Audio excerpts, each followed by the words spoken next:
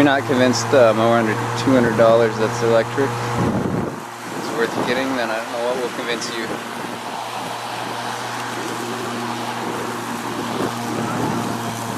Other than the cord, which is obviously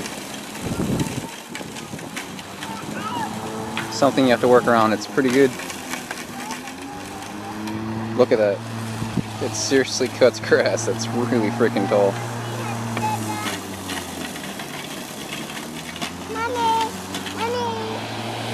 Jaden, stay right here, buddy. Stay here. Mommy's mowing.